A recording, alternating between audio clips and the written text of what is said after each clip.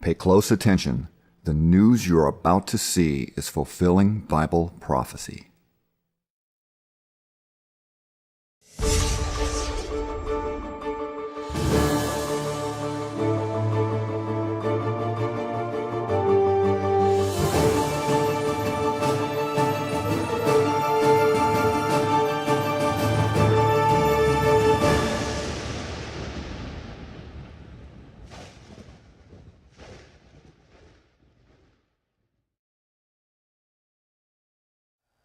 Welcome to another edition of YPN News, bringing you news as it relates to Bible prophecy and as foretold by Yeshua Hawkins. Well, we have more violence in the Chicago area. The Israeli and Palestinian conflict, of course, is ongoing. Disputes over water, this time being the South China Sea. The Pope praying for and to some of the dead. Controversy over the alleged Russian hospital strike and safer nuclear weapons. Well, those are just part of the stories we have for you in today's broadcast. But we start off in Chicago, where this year alone there have been over 2,500 victims of gun violence, and the latest of that violence causing the death of a 9-year-old boy. Tyshawn Lee was murdered in an alley, and his mother, grieving with great pain, pleaded with the community in a press conference for people to just put the guns down. Tyshawn was shot multiple times in the neck and head, and as of now, the police don't know if he was just in the wrong place at the wrong time or targeted in a gang feud. Chicago's chief of detectives, Dean Anders, said there were an unknown number of individuals gathered in the alley. Some type of an argument or altercation ensued, which was followed by gunfire. Wow, that's pretty sad. Police spokesperson said that while many in the community are helping, the father, a known gang member, isn't cooperating. So far this year, Chicago's homicide rate is up 18% with 391 murders. Wow. For just this year, up from 2014. Those numbers also include 40 children. Now, the president, the FBI director, and Hillary Clinton have all been to Chicago in the past week speaking out against the violence. Israeli soldiers shot and killed a demonstrator near the buffer zone east of the Gaza Strip, along with dozens of Palestinians were also injured in protests across the West Bank. Now, in the city of Al-Halil, 2 Palestinians were shot dead after they allegedly tried to run over Israeli soldiers. And a 72-year-old Palestinian woman was killed as Israeli soldiers opened fire on her car. Oh, boy. Authorities claim she tried to hit Israeli forces with her car. Palestinian media said that 2 Israeli soldiers have been injured by a Palestinian sniper. An Israeli man was also injured after being stabbed, and 80 Palestinians so far have been killed, including 17 children, by Israelis since the beginning of October. In villages across Israel, protests were being held against the illegal building of the Israeli settlements and the separation wall. Now, the Palestinian leadership is also calling for the international community to step in and help in the midst of all the killings taking place, including, like we said, many innocent children and a great majority of Palestinian victims that are under 20 years of age. Interesting that they got that, what they're calling a separation wall there, to try to even separate the people even more. We'll see what becomes of that, because it seems like it's just retaliation and more retaliation between the two groups. Well, the disputed South China Sea is in the news yet once again. A report on RT's The Daily Take addressed this topic in a recent episode. If a war breaks out in the South China Sea, it could tank the American economy. Well, they said after about 10 years of peaceful coexistence with its neighbors, China is starting to stake its claim in the waterways south of its border. China isn't the only country with claims to this sea. Malaysia, Brunei, Vietnam, and the Philippines all have their stakes in the sea as well. China is doing all it can to be on the top of the list, as it has been even building a chain, like we've mentioned in the past, of these man-made islands and claiming those islands as part of the Chinese territory. Right. Well, America has also interest in the region, along with mutual defense pacts with the Philippines, and Japan. America has tried to keep China in check, but so far that hasn't done much. Due to free trade, our nation, that being the United States, and our ability to function as a nation is hugely dependent on China. In a piece for Reuters, Barry Lynn wrote, "The United States depends on China for myriad items that U.S. citizens need every day. Those include 100% of key electronics and chemical components. They even include basic ingredients for some of the nation's most important drugs, including antibiotics." Yeah, and we know that's a multi-billion-dollar-a-year industry. That's right. Given that supply chains run on a just-in-time basis, there are often no backup supplies nearby. So, if a war broke out between China and the U.S., China could simply stop all exports to the U.S., and our economy would come to a screeching halt. Wow. U.S. and Asian defense ministers met in Malaysia at a defense ministers meeting. The hot topic, the South China Sea. Now, the gathering ended with no public statement when China insisted there be no mention of territorial dispute. U.S. Defense Secretary Ashton Carter played down the tensions, but acknowledged China's neighbors are worried. Are you hungry? Well, you might want to wait a minute before you grab that next slice of pepperoni pizza, because there's something lurking in your food that could take your life. A parasite called the pork tapeworm. Take a look at this video courtesy of Animal Planet and consider for yourself, is it really worth the risk? The pork tapeworm has two primary hosts, humans and pigs. The parasite larvae form cysts in the muscle tissue of a pig. If a human eats pork that contains the cysts, they get infected. In the human gut, the cysts hatch into adult tapeworms. The worms lay eggs that are passed out in human feces. If a pig then eats the feces, the eggs grow into cysts in its muscle tissue, and the life cycle repeats. The pork tapeworm is a particularly vicious parasite because it can end up inside the most important organ in the human body, the brain. The encysted larvae secrete a chemical that binds to the body's immune cells, preventing them from penetrating the cyst. But if the cyst is killed, it stops secreting the defensive chemical, and the body's immune system launches a massive assault on the dead parasite. This immune response causes the brain to swell, resulting in a deadly condition known as encephalitis.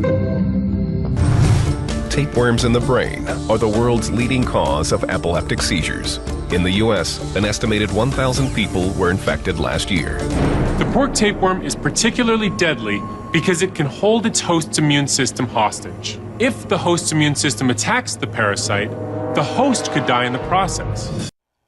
Wow, those can stay right where they're supposed to be, inside the pig. That's right.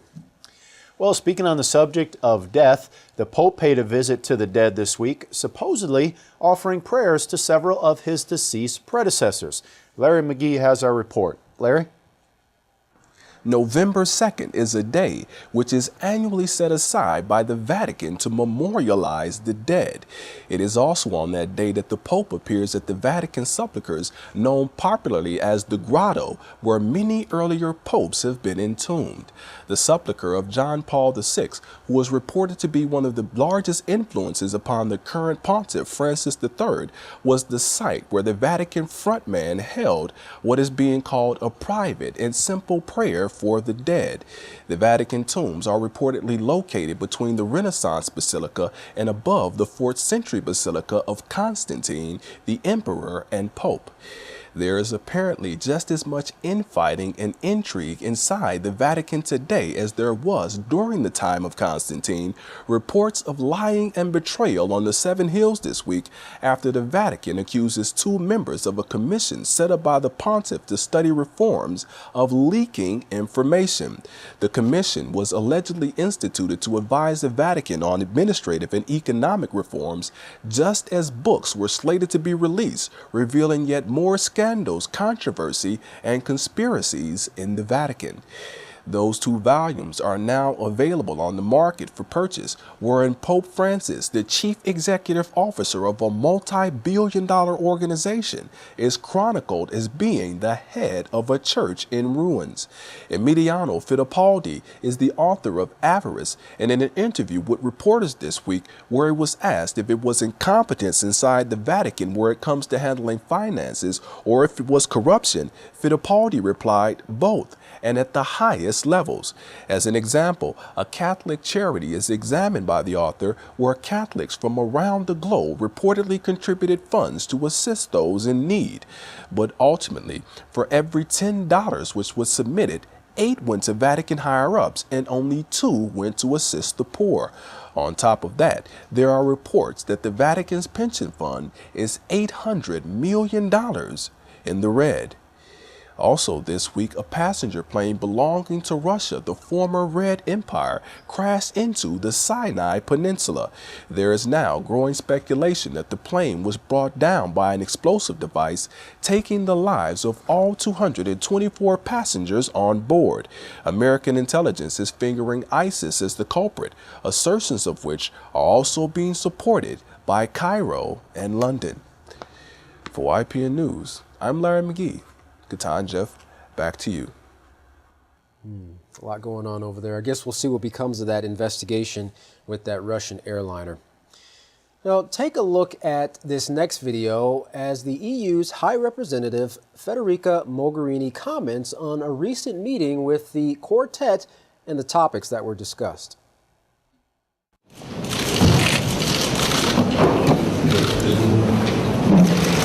I know that the main focus of the day has been Syria, and I'll say a few words on that as well. But let me say that we had a very good Quartet meeting on situation in the Middle East. First of all, you know that the European Union was very much insisting on revitalizing the format, using the Quartet as the framework for the Europeans to come together with our friends in the United States, in Russia, and in the whole UN to pass a united message to our Israeli and Palestinian friends. And in this moment of tension and violence on the ground, it has been extremely important to gather and unite the international community behind a strong message, an invitation to calm down the situation, to show restraint and leadership, to contain the rhetoric that could inflame easily not only the situation on the ground but also in the whole region. And today we have a joint statement from the Quartet that, as I've understood, you have not seen yet. I can read it out for you. That says that the Quartet expresses great concern over the continuing escalation of tensions between the Israelis and Palestinians. The Quartet condemns all acts of terror and violence against civilians. Underscoring the urgent need to restore calm, the Quartet reiterates its call for maximum restraint and avoidance of provocative rhetoric and actions. It encourages Israel to work together with Jordan to uphold the status quo at the holy sites in Jerusalem in both words and practice, recognizing the special role of Jordan as per its peace treaty with Israel, recalling its previous statements and relevant UN Security Council resolutions, and recognizing that security measures alone cannot stop the cycle of violence. The Quartet calls for significant steps to be taken, consistent with the transition contemplated by prior agreements, in order to restore confidence and hope in the viability of a negotiated two-state solution that resolves the final status issues, including that of Jerusalem, and ends the occupation that began in 1967.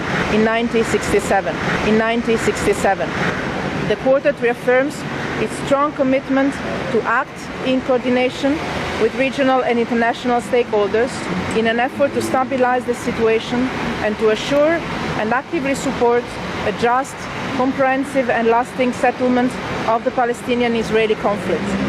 The Quartet envoys will travel to the region in the coming period and engage directly with the parties to encourage them to take concrete actions consistent with prior agreements that demonstrate their genuine commitment to pursuing a two-state solution. The Quartet appreciates the willingness of the parties to cooperate with the envoys in good faith. I had the chance of speaking with Secretary Kerry and with Minister Lavrov on Syria.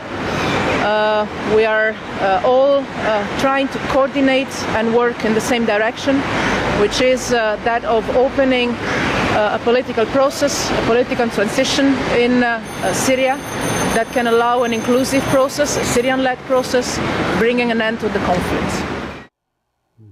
Well, it definitely seems like it's time for the Quartet to step it up a little bit. Yeah, we'll see. Well, Russian leaders have invited representatives of the Syrian government and opposition groups to hold talks in Moscow. The purpose for these talks is to find a solution to the long-running civil war in Syria and to coordinate action with, or against rather, Islamic State. However, Washington has expressed serious doubts over the meeting. U.S. State Department spokesperson Elizabeth Trudeau said in a statement to the press that Russia's actions so far in Syria have been to prop up the regime. She expressed the State Department's position when asked what they thought about the meeting being held in Moscow, saying, "We think it's premature." That was her comment. Now, she went on to state this point a total of 7 times, making the government's position clear. So she kept saying this is very premature. Interesting. Now, the U.S. believes it's premature, as she said, to work with those who are also fighting against ISIL because they, too, are in opposition to the U.S. I wonder why it would be considered premature to work with the group to try to put an end to some type of fighting or destruction. That's interesting. Well, over the past couple of weeks, journalists have been questioning the U.S. State Department concerning its accusations against Russia.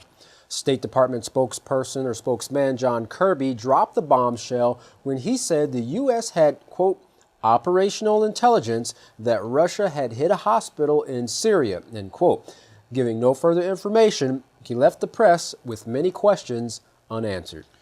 Well, further questioning of spokesperson Elizabeth Trudeau at the following press conference didn't reveal any further information, not even the location of the hospital Russia allegedly hit.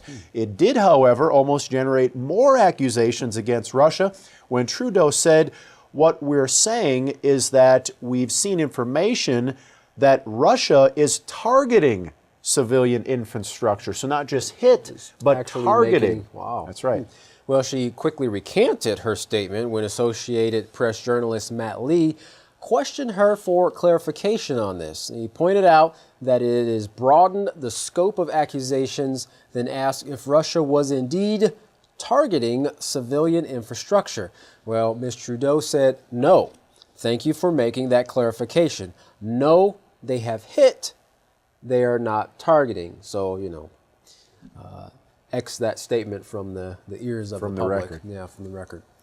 Well, still no further details of what hospital was hit and what the damages were or the number of injured or possible casualties have been provided by the U.S. government. The only point that is clear is that the U.S. is making some serious allegations against Russia. Well, NATO is also concerned about Russia's actions. In a recent statement, Hans Stoltenberg, the NATO Secretary General, was troubled about the Russian military's buildup from the Baltic Sea to the Mediterranean. He warned that the concentration of Russian forces could lead to Moscow's inability to limit NATO's access to certain regions. Stoltenberg called on NATO to come up with a response so they can overcome these capabilities. Well, since the Syrian government's initial request for help from Moscow in late September, the Russians have continued airstrikes on terrorist positions in the war-torn country. Russia has also deployed missile systems in Syria to protect Russian troops and prevent a possible hijacking of their fighter jets and helicopters. When President Obama pledged not to develop new nuclear weapon capabilities while he was in office, did that include modernizing old nuclear bombs? Well, the military doesn't seem to think so. PBS NewsHour interviewed Major General Garrett Harensack of the U.S. Air Force and Dr. Donald Cook of the National Nuclear Security Administration, asking some important questions like what is being done to improve these weapons of mass destruction and why. General Harensack explained that the weapon being updated was the B-61 nuclear bomb.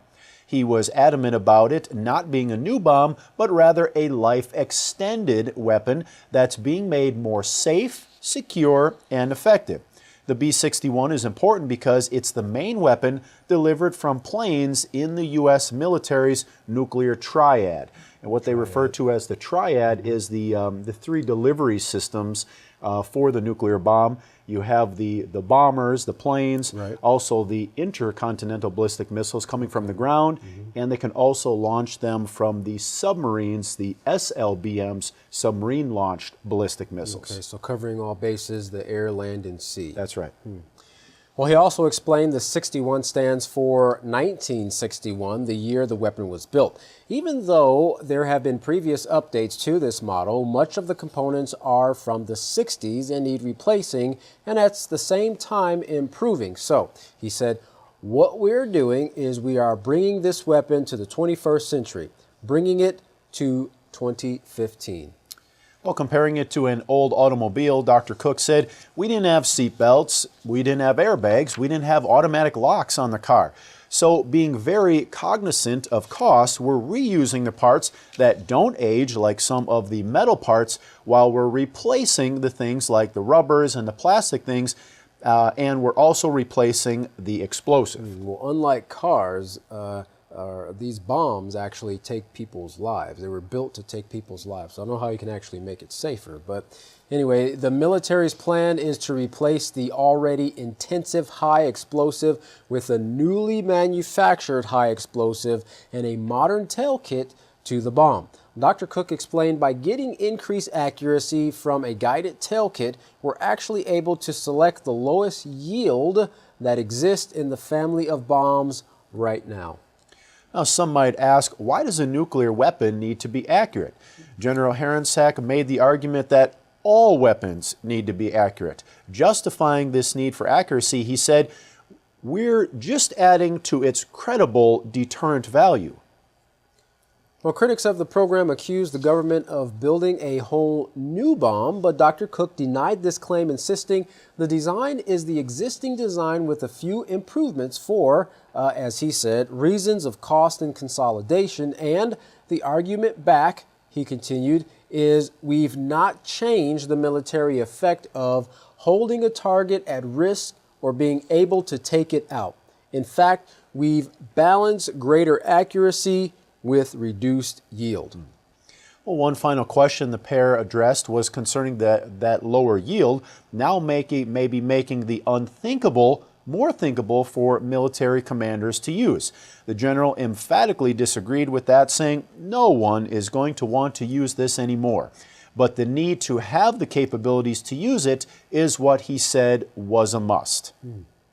Dr. Cook agreed and took the argument further and ended the interview by saying, if we have a weapon that is lower yield and greater accuracy, and our adversaries know that, it's my own belief, he said, that that weapon then is a more effective deterrent and is therefore less likely to be used or to ever be used in anger. Interesting. Well, with all these so-called upgrades, you can see the nations are not preparing for peace, but all-out war. The only real thing these nuclear weapons actually deter is the possibility for a peaceful solution. Until nations learn to consider the nation living beside them, or halfway around the world for that matter, nothing is going to change. True care and concern must be shown towards all people in order to have peace. Well, Yisrael Hawkins has taught that peace will never be accomplished through war.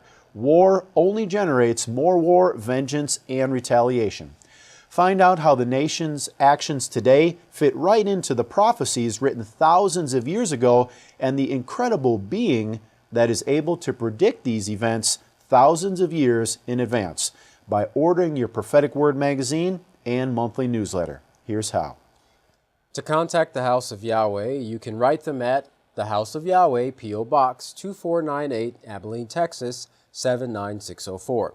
You can call them at 1-800-613-9494 or visit them on any of their websites at www.yahweh.com, www.yisraelhawkins.com, or www.yahwehsbranch.com. You can also check out our new website, www.ypnnews.com, and to email the House of Yahweh, send your emails to info@yahweh.com. And for any calls outside the United States, please call the number on your screen. And of course, to find out more about the latest release of the House of Yahweh's dynamic study tool, Yisrael Says, you can also check out the website www.yisraelsays.com. Well, don't go anywhere. Up next is another exciting and informative message from Yisrael Hawkins. From all of us here at YPN News, I'm Jeffrey Heimerman. And I'm Katan Alexander. Thanks for watching.